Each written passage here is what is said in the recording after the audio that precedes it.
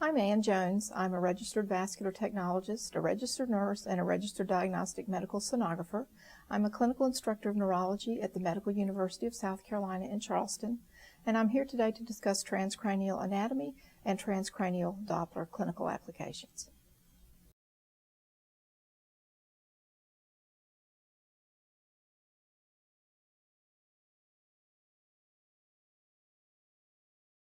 Transcranial Doppler was introduced by Rooney Oslid in 1982 and clinically viable in 1986.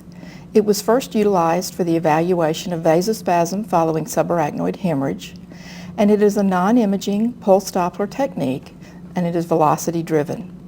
Now, the velocities evaluated with transcranial Doppler are the time average mean of the maximum, because Dr. Oslid felt that this more accurately reflected brain perfusion. There was no angle correction required, and we assumed an angle of insonation of 0 to 15 degrees. Transcranial Doppler imaging was introduced in 1990 through the use of an adapted 3 MHz cardiac transducer.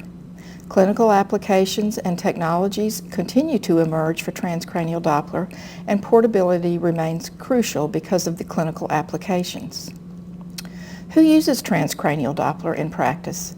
Well, primarily there are two groups: pediatric hematologists who identify patients at risk of stroke with sickle cell anemia. It is considered the standard of care for these patients between the ages of 6 months and 16 years, and it assesses the impact of management with transfusion therapy. Neurosurgeons use ICU in the intensive care unit to assess vasospasm following subarachnoid hemorrhage. They monitor the rise in mean flow velocity and implement therapy based on these changes. The speed and severity of vasospasm is predictive of outcome. Other clinical applications that may not be as widely utilized are seen here. Now, in your own clinical practice, you may want to go to your neurologists, surgeons, interventionalists, and hospitalists to see if there are very specific utilizations that would work in your clinical setting. Neurologists evaluate patients with stroke, head injury, carotid stenosis, and suspected intracranial stenosis. They also evaluate the impact of carotid stenosis on intracranial flow. Surgeons often use TCD for intraoperative monitoring for emboli detection and to make sure that the MCA is patent. Interventionalists will monitor the middle cerebral artery recanalization after TPA, and they will also assess stent placement. And hospitalists use continuous intracranial monitoring in the ICU to assess cerebrocirculatory arrest. The basic concepts of TCD are here. The basic principles: you use a 1 to 2 MHz pulse Doppler. Low frequency is necessary for insonation through the bone. A bidirectional pulse Doppler is necessary to discriminate flow direction and sample volume depth. And the diagnosis is based primarily on spectral waveform, using again the time average mean of the maximum velocity. The instrumentation for transcranial Doppler really applies to the application that you're using. Non-imaging Doppler systems have been the established standard since 1986. They are portable, they're reliable, and the exams are repeatable, but the learning curve is quite significant. And of course, there is no image to guide the placement of the sample volume. Color Doppler imaging has emerging as an optimal technology for monitoring intervention, because you can actually visualize and assess MCA occlusions and other issues. Both are still relevant, both still have very specific utilization. The instrumentation needs will vary with the clinical setting and the application, as previously mentioned.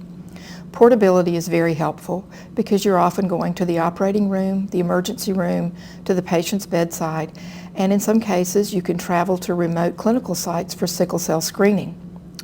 A fixed transducer is useful for monitoring so that you can actually attach the transducer to the patient's head using a headband and continuously monitor the middle cerebral artery. Imaging and color flow are optimal for monitoring interventional procedures or following the injection of thrombolytics. The absence of a signal could indicate occlusion or poor alignment, so the non-imaging technique was difficult for these uses, and imaging is optimal. Protocols are required for all clinical applications, and they will be discussed. So before attempting a transcranial Doppler or transcranial Doppler imaging, you must have a good knowledge of the intracranial anatomy. We are assessing the arterial vascular ring at the base of the skull known as the Circle of Willis. The Circle of Willis joins the two internal carotid systems with the vertebrobasilar system. It is the most important source of intracranial collateral circulation and is the primary focus of transcranial Doppler. Now, to assess the Circle of Willis, you must insonate the bone. There are three windows or access areas that are routinely utilized. The temporal bone, where you can insonate the middle cerebral artery, the anterior cerebral artery, the internal carotid artery terminal branch, and the posterior cerebral artery. The orbit provides visualization of the ophthalmic artery and the carotid siphon. So you can actually track the ophthalmic artery through the natural opening of the eye and track it to its origin at the area of the internal carotid or the S-shaped curve of the carotid siphon. It is important if you are doing the orbital view to lower the power settings because you no longer have to go through the bone. The foramen magnum is another opening at the base of the skull, and again you can lower the power a bit, but because you require significant depth penetration to assess the basilar artery, power levels are usually kept at about 50%. The first step in doing a transcranial Doppler is finding a signal. So you must insonate through the bone, determine which window you will be utilizing, and then tracking the intracranial vessels. So you position the Doppler sample volume initially at the middle cerebral artery, and it is really suggested that you place the sample volume at approximately the area that you would anticipate finding the terminal portion of the internal carotid where it bifurcates into the anterior cerebral artery and the middle cerebral artery, because this area is rich with vascular flow and you can usually get a good signal in this area. In the color flow, when you place the transducer at the skull, you look at the intracranial reflections from the B-mode image, and if you can see the inner table of the contralateral skull, you know that you have an adequate signal. You would then turn on the color so that you could document the anatomy of the middle cerebral, anterior cerebral, contralateral anterior cerebral, and contralateral MCA, and then looking posteriorly you can get the top of the basilar and visualize the posterior cerebral artery, ipsilateral and contralateral. So color is very helpful in this area. You then, of course, would place the sample volume within the vessels to document their time average mean of the maximum flow. So how are vessels identified with transcranial Doppler? There are several parameters. The window that you use to insonate, or the insonation window, and that is the temporal, the orbital, or the suboccipital.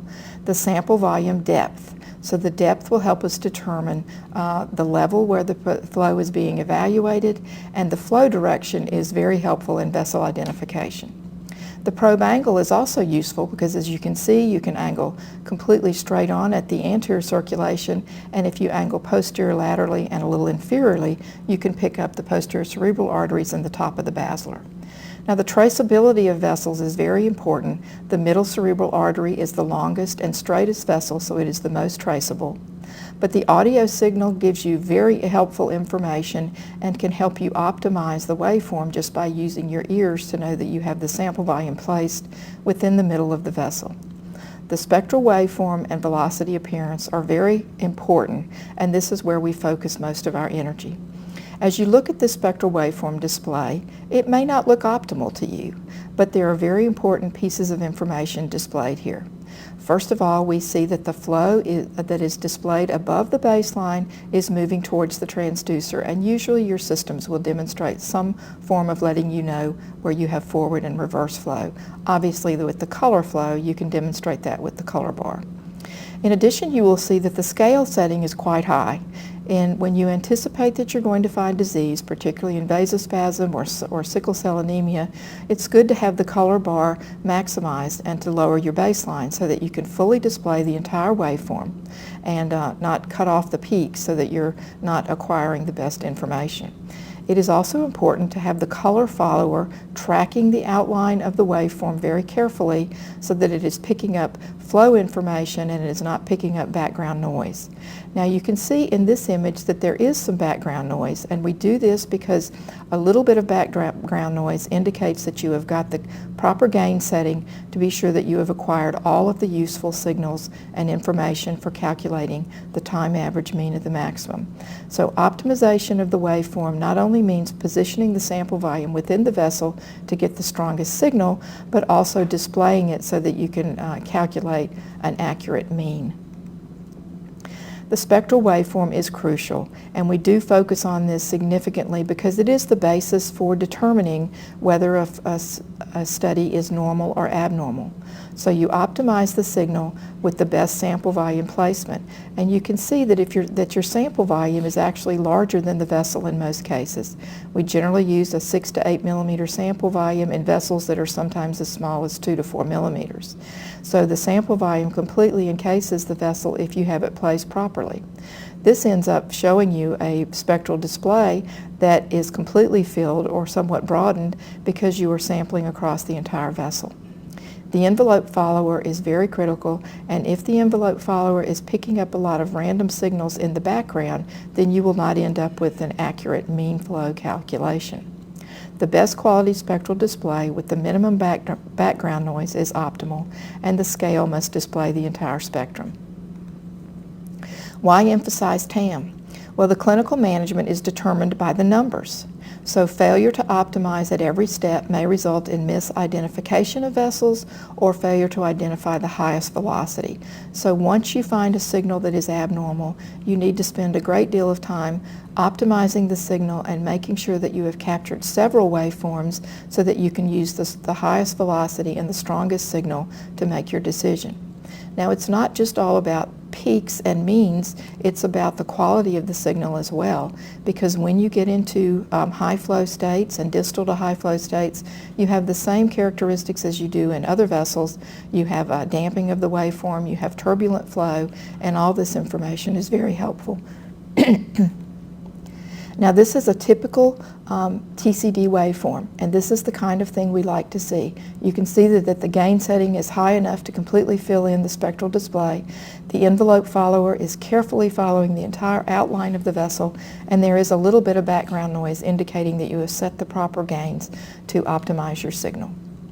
Color Doppler adds assurance to spectral acquisition, and it maps the anatomy. And this, certainly to new users, is very helpful because you can visualize the information you are trying to evaluate and then place the Doppler sample volume at discrete points along the vessel. Now, it is important not to just drop the sample volume at one or two places, but to clearly track across the whole vessel, because very small movements in these small vessels can cause you to miss something that could be important. Again, making your diagnosis based on a beautiful spectral waveform display. Protocols are fundamental in most imaging procedures, but very critical in TCD, especially in pediatric patients, because they have small heads, small vessels, and very small changes in the angle of the transducer can actually cause you to pick up a different vessel. So protocols provide consistency, they provide repeatability and reliability. And when we're doing serial evaluations and we're monitoring the impact of therapy, repeatability is crucial. So a standardized technique means that you can acquire objective data, objective numbers, and make decisions. You can come to a well-defined endpoint, and the management then is based on objective numbers. Protocols and technique are specific to the type of exam that you're performing. So even though there are certain fundamentals that are always acquired when you're doing a TCD, you may adjust your protocol and your technique based on what the clinical question that is being asked. What are the presenting symptoms of the patient? Do other vascular studies provide information?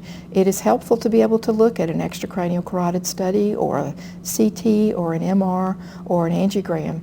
This isn't cheating. This is helping acquire all of the data to make the right diagnosis. Is the study part of an interventional procedure? If it is, you may decide you want to use imaging as opposed to non-imaging. Can you acquire a baseline exam for reference? This is really important when you're doing daily monitoring. When you initially start on a patient, it's very helpful to be able to do a bilateral exam and then determine if you need to do a complete exam in the future. Is the study going to be bedside in the OR, ICU, ER, or vascular lab? This may determine which machine you use. And also, it's also helpful to use the same machine for follow-up exams so that you're sure that you are measuring the data the same way each time. Is the examiner experienced or are they new? We found that using transcranial imaging is very helpful for new folks because it helps them visualize the anatomy and get comfortable with the evaluation.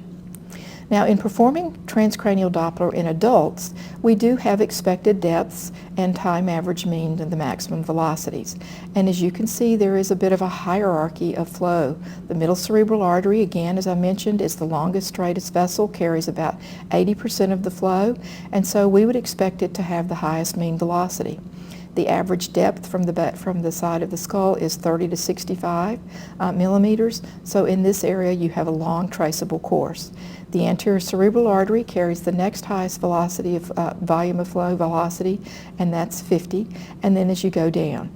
The reason I point this out is that if you see an alteration in this hierarchy scheme and you see that the internal carotid or the posterior cerebral artery have a higher mean flow velocity than the middle cerebral, then that would make you think I need to look more carefully. Have I insunated the wrong vessel, or is the posterior cerebral artery carrying a great deal of collateral flow and is something going on in the middle cerebral artery? So these baseline expected depths and numbers are useful in helping you evaluate both normal and abnormal patients. Now, factors impacting collateral flow also need to be remembered. If you have a proximal or distal stenosis, you're going to have the same type of waveform changes that you have seen in other vessels. If there's arterial narrowing, such as in vasospasm, in stenosis, or in focal diameter reduction, such as sickle cell anemia, you will have the same increased velocity. If you have an arterial narrowing, such as vasospasm, stenosis, or focal diameter reduction, such as sickle cell anemia, you will have a predictable increase in mean flow velocity at the area of narrowing, and then you'll have a predictable waveform changes distal to that. If there is occlusion, you want to make sure that you have insunated both sides of the patient's head, try to demonstrate flow in the other vessels to make sure that you have got a good window and it's not just a technical problem, and you may decide that you want to use a different type of equipment to evaluate that, such as an imager. Changes in CO2. We have seen in evaluating patients, the children who we're doing sickle cell anemia studies, that if they go to sleep and their CO2 increases, that they can actually increase their mean flow velocity. Now you may say, well, it's good to have a sleeping child. Well, it's not when you're trying to use the numbers to objectively decide which category of disease these children will be placed in, which will impact their management. So if they go to sleep and they make their CO2 go up, you will actually see a rise in the mean flow velocity. As we know, flow velocity decreases with age, so the normal values that you would see in an 80-year-old would not be the same as the normal values you would see in a 40-year-old. And in head injury, there are other factors that will impact the intracranial flow. So what are some of the common clinical applications of TCD? And there are many applications. I'm going to focus on the ones that you will probably most routinely encounter in your clinical setting. Ruptured intracranial aneurysm and vasospasm following hemorrhage was the first and is still one of the standard uses of TCD. It was the first clinical application, and it is because annually in the United States we see over 30,000 ruptured intracranial aneurysms. Half of those patients die within minutes, and for those that do get to the hospital, it is very important to be able to treat them and monitor them. The location of the aneurysm of the vasospasm is based on the exposure of the arteries to the blood leakage in the brain, and they most commonly occur in the anterior cerebral artery, the internal carotid, and the middle cerebral. Although we do see from this slide that we do have aneurysms in the posterior circulation and the basilar artery. The hemodynamics of vasospasm, what's happening is that the body is attempting to maintain flow volume, and therefore they have to increase the flow velocity to deliver the blood flow to the brain. The elevated velocity often precedes the onset of neurologic symptoms, and this is very helpful because then the management of the patient can be changed so that the medications, the volume of fluids that they're getting will help maintain perfusion. The velocity data directly impacts the management decisions, and a study is usually required every 24 hours in these patients. An abrupt increase in flow velocity from one day to the other indicates a poor outcome. And you can see that normally when we do TCDs, we will actually track the highest mean flow velocity that we acquire, and we will do it on either a chart, a flow chart, something like a temperature chart in the patient's chart, so that the physicians can see the changes over time. The vasospasm protocols and criteria are pretty specific. The maximum velocity is usually reached at about 7 to 12 days. It tends to resolve over 3 weeks, although I have actually seen patients at 6-week follow-ups and they still had elevated velocities. Mild vasospasm is considered at 100 to 120 centimeters per second. Moderate is greater than 120 to 200, and severe is greater than 200 centimeters per second. And here there is a risk for ischemia. A rapid increase or greater than 25 centimeters per second rise per day is indicative of a poor outcome. Now, the exam protocol is fairly specific. You will initially perform a complete baseline study, the right and the left, identify the highest velocities, and then when you do your monitoring daily, you may just be able to perform a unilateral study, whatever is indicated in that particular patient's setting. Now, many of these patients have had their aneurysm clipped, so they'll have a surgical site and you will need to use sterile technique. It's helpful to notify the nursing staff when you will be coming, so if there's going to be a dressing change, it can be done after your study. And the TCD or the TCDI, you can use either one, but just make sure that you use the same equipment for follow-up exams. In the evaluation of pediatric patients with sickle cell anemia, transcranial Doppler has made a significant difference not only in their evaluation, but in their management. Now, there are focal TCD velocities because sickle cell anemia creates changes in the arterial anatomy with focal areas of narrowing, which impacts flow in a manner similar to what we see in atherosclerotic narrowing. There's potential for thrombotic or ischemic events in these patients. Patients with sickle cell anemia have distorted red blood cells and chronic hemolytic anemia. So when you think of anemia, you think of viscosity and you think of flow. So normally in these patients, they will actually have a higher normal mean flow velocity than you see in other patients without sickle cell anemia. Cerebral infarction associated with occlusive vasculopathy of the distal internal carotid artery and the middle cerebral artery is common. Stroke prevention is possible through chronic transfusion therapy, and now other drugs are being evaluated as well. So what we will do is monitor the intracranial velocities with transcranial Doppler as a screening tool when they're being treated and until they reach the age of about 16. Now, one of the initial landmark studies for evaluating children with sickle cell anemia was the stroke prevention trial in sickle cell anemia, or the STOP trial. The STOP trial enrolled 130 children between the ages of 2 and 16 years. They were at a high risk of stroke if the mean velocity in the middle cerebral or the distal internal was greater than 200 centimeters per second on 2 positive exams. So we would perform one exam and then repeat it within about a 2-week segment. Randomization for transfusion therapy or standard care occurred.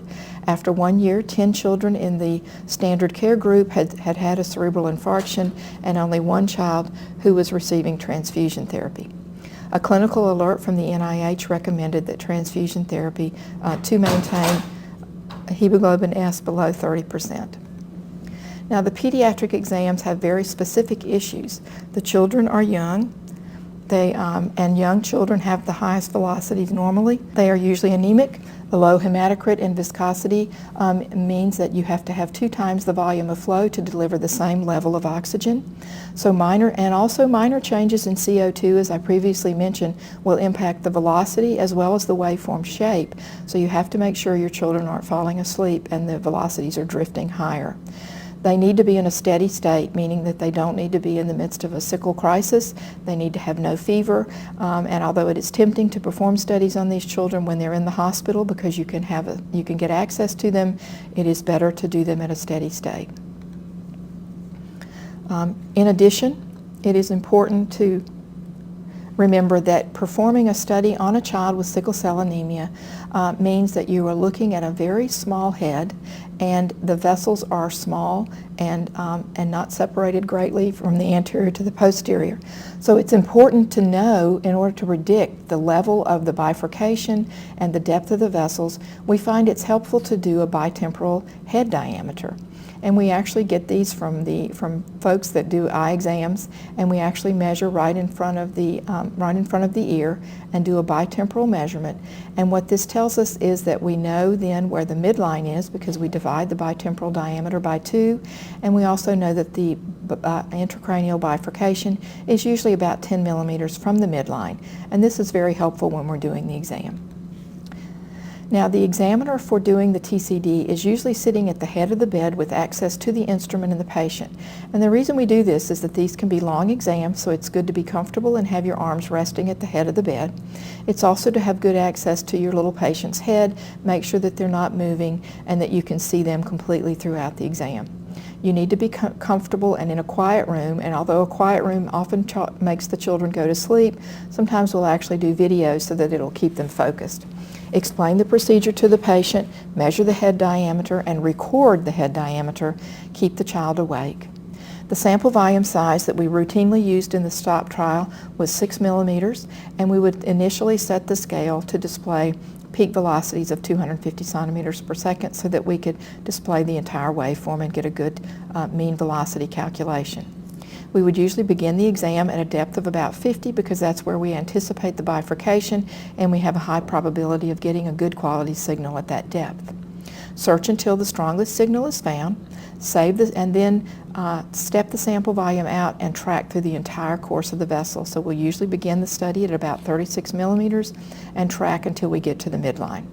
Save the waveforms at 2 to 4 millimeter increments so that you make sure you are staying in the vessel, you are tracking the vessel and not moving out of that vessel.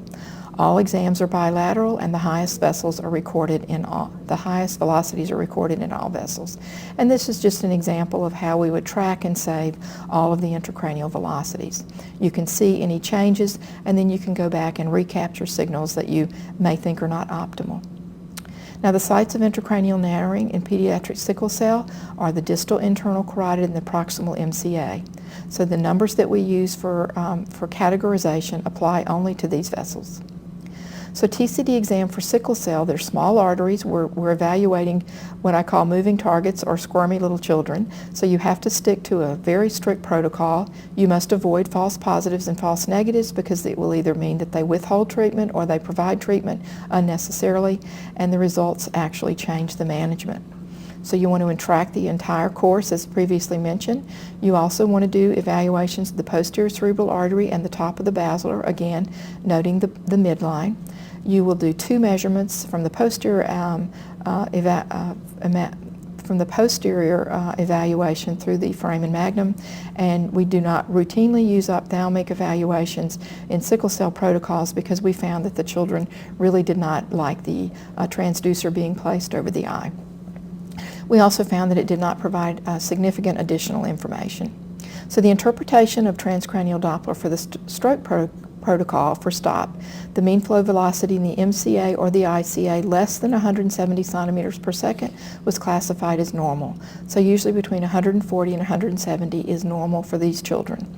Mean flow velocity greater than or equal to 170 is considered conditional, and mean flow velocity greater than or equal to 100 was considered abnormal.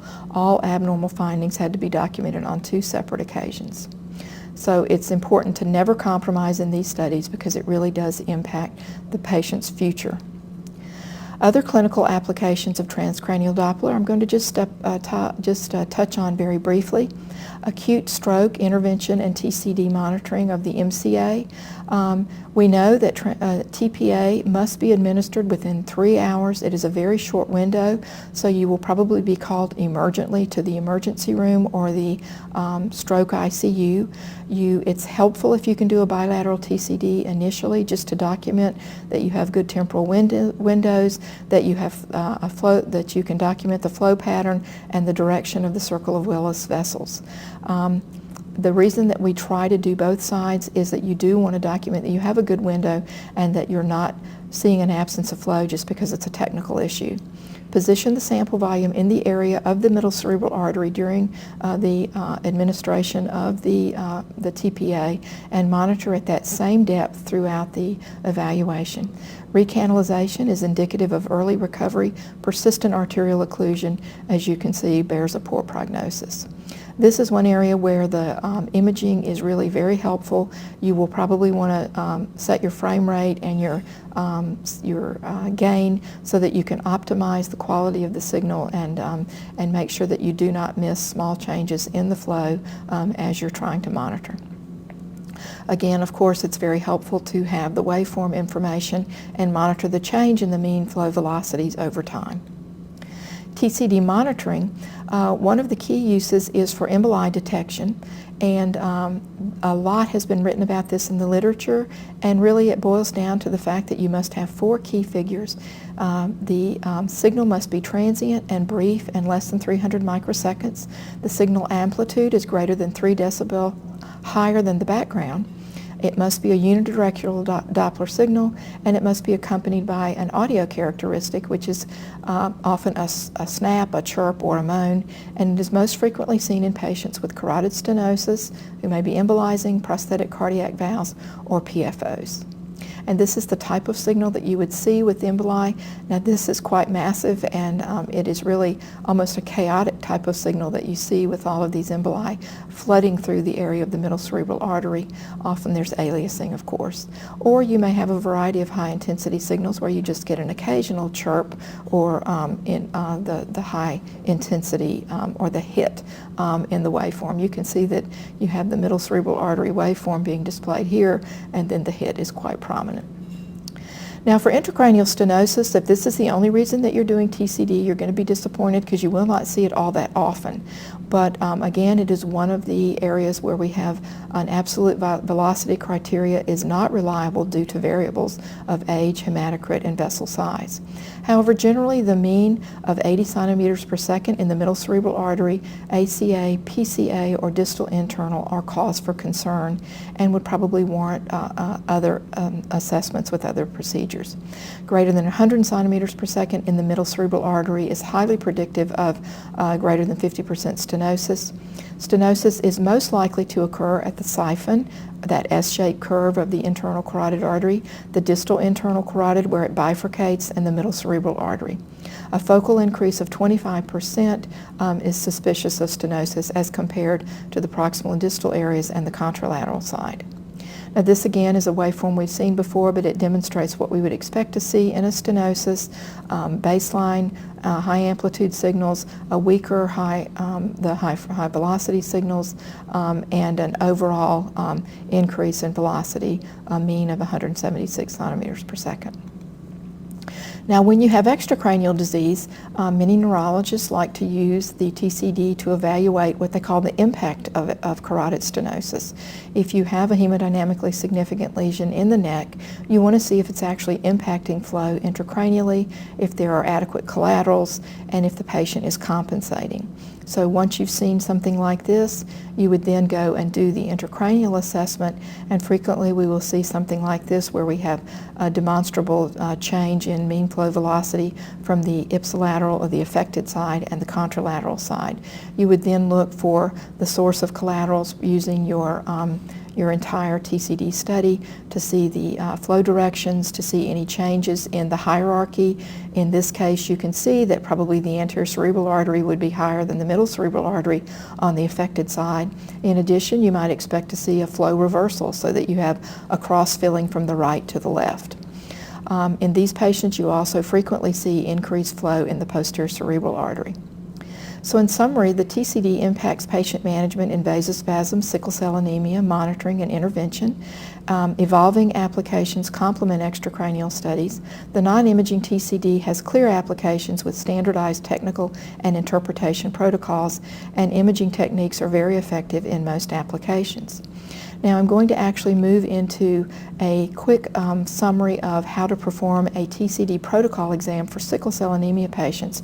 This protocol can actually be be adapted to other procedures, but it is very specific for just the children with pediatric patients with sickle cell anemia. Again, the head diameter needs to be measured before you do the study. It helps in helping you figure out the vessel depths, and it aids in vessel identification. There are many bidirectional signals intracranially, so this helps identify the depth of the midline and helps the interpreter of the study as well as the examiner decide which bifurcation means what, and I'll show you examples as we move forward. The ICCA bifurcation is generally 10 millimeters from the midline, so it's a good reference point. When you get lost when you're doing the study, you always go back to the bifurcation to help you get grounded, figure out where you are, and continue to move forward. In the Pediatric TCD protocol, we record all waveforms. We figure it is better to have more information than less information, and frequently if you see a signal and the child becomes uncooperative, you may not get it again, so it's always important to save every signal. Now we will initially begin by looking at the area of the anticipated bifurcation where you would usually have your strongest signal. It'll help you optimize what is your best temporal window, and then track the sample volume depth out so that you're sure that you have traced the course of the middle cerebral artery, that you haven't gotten confused and you're tracing the posterior cerebral artery and it's carrying collateral flow. So the reason that we do all of these vessels is to differentiate that you've been in the anterior circulation as opposed to the posterior, and that you have clearly tracked the most suspicious vessel, which would be the middle cerebral and the termination of the internal carotid. So you begin at 50 at the bifurcation, step out, and then begin to track from about a depth of about 38 to 50 millimeters following the entire course of the middle cerebral artery. The bifurcation, you will have a bidirectional waveform demonstrating the middle and the anterior cerebral. The anterior cerebral artery will have flow towards the midline, so it'll have flow as away from the transducer. And the distal internal carotid, because of its position and its angle, it is suboptimal for Doppler evaluation, and you will have to actually angle inferiorly to be able to get that distal internal carotid, and so you will end up with a blunted waveform. It is important to do, however, just to demonstrate that it is patent, that you have the normal flow direction, and if you are evaluating the distal internal carotid artery and you find that you have a great deal of turbulent flow or disturbed flow, it may indicate that there is a more proximal lesion in the siphon, and at that point you would want to take a look at the orbit, through the orbit. The posterior cerebral artery, when you're doing these studies, you will see that these are really very close together. It only takes a tiny movement to move from anterior to posterior, and you want to make sure that you insunate the P1 segment of the PCA from its origin at the top of the basilar to the posterior communicating artery, and then at the P2 segment it tends to wrap around the brainstem, so we can't really follow that too far. So once a strong signal is isolated and optimized, you decrease the depth of the sample volume to about 36 to 38, and then you begin capturing signals. Now in the STOP protocol, we actually recorded this 38 millimeter depth as M1. This is not anatomically where we are if you compare it to Gray's Anatomy, but we meant it as the first MCA signal that is being captured. Then you will increase the depth by 2 millimeter increments, record and optimize the waveform along the entire course from the middle cerebral artery to the bifurcation. And you step through the entire MCA. You can see we've gone 42, 44, 46, and 48. And when you look at the differences in the mean flow velocity from the terminal MCA to the main trunk, you can see that the flow velocities increase. You can also use the imaging to do the same thing. You would visualize the vessel and step the sample volume across the entire anterior and posterior circulations. So as you continue the middle cerebral artery protocol, you can see that we continue to follow the middle cerebral artery. We get to the point where the internal carotid has bifurcated into the ACA and the MCA, and because the sample volume is evaluating this area, you will get a signal that looks bidirectional. This is the most reliable intracranial landmark used to identify all other vessels. It has a strong forward flow in the MCA, a strong and a reverse flow in the ACA, and the depth must correlate with the head size. So this is again why we measure the head diameter, so we know where to anticipate the bifurcation. Now, as I mentioned earlier, the internal carotid artery, again, we're still using the temporal approach, and we can see that in order to insinate into this area of the ICA, we will have to angle inferiorly, and it will be a suboptimal signal. It'll be a bit of a blunt or damped waveform, and you can actually hear the gruffness of the signal when you're doing your velocity evaluation. So it's a harsh, blunt audio frequency, but it is still valuable. It provides valuable information. So this would be the internal carotid artery. You can see that it is a lower mean velocity than we saw in the middle cerebral artery. You then increase the depth of the sample volume, track it 4 millimeters from the bifurcation, and record an anterior cerebral artery. And because the ACAs are anatomically challenging and may go off at great angles, you can usually only routinely follow at about a depth of 4 to 6 millimeters. Document the flow velocity and the mean flow and the direction. Comparing the middle cerebral artery to the internal carotid artery, you can see that there is a significant difference in the mean flow velocity and the volume of each of these vessels. Now, to evaluate the posterior circulation, you are still in the temporal approach, and you angle slightly to the posterior. I usually just increase the depth of the sample volume to where I would expect to find the midline, and that way you will get the top of the basilar. At that point, you have gone from the bifurcation landmark to the middle of the head and looking at the top of the basilar landmark. And here, because both PCAs are originating from the top of the basilar, you're going to get another bidirectional signal.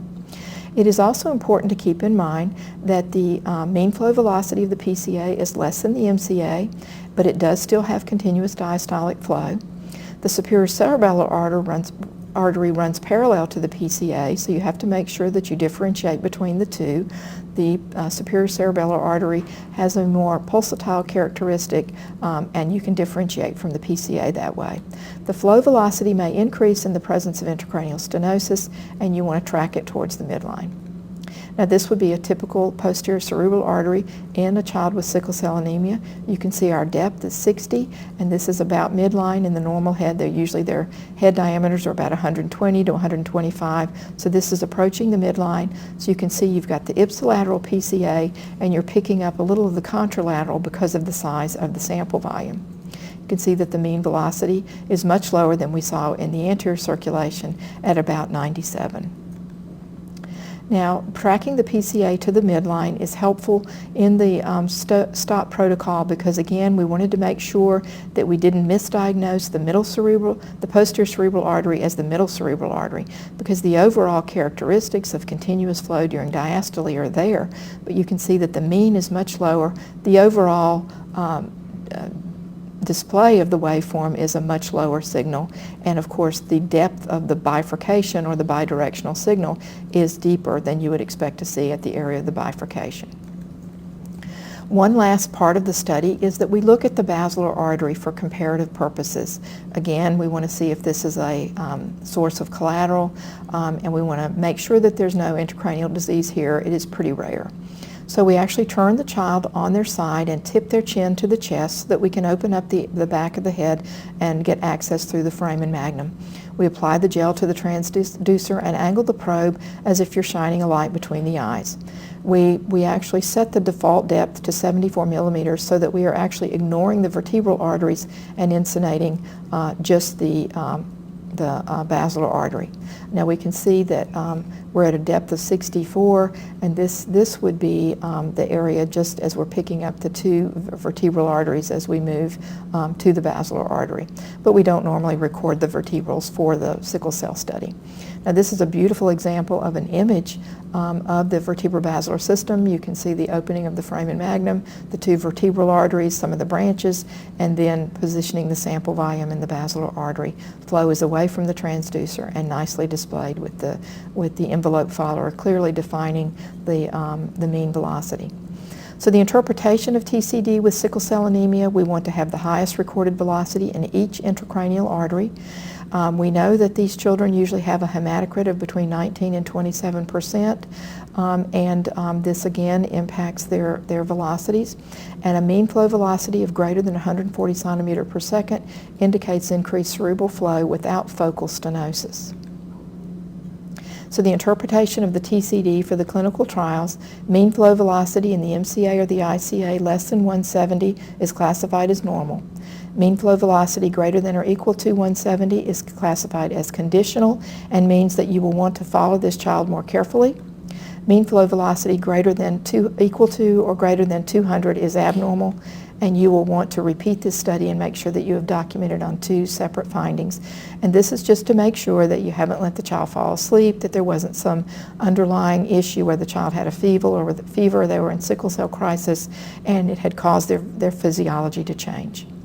So TCD is a standard of care for patients with sickle cell anemia. You begin studies at 6 months and continue through 16 years.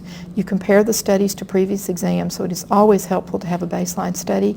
Increased velocity in the distal internal and the MCA are significant.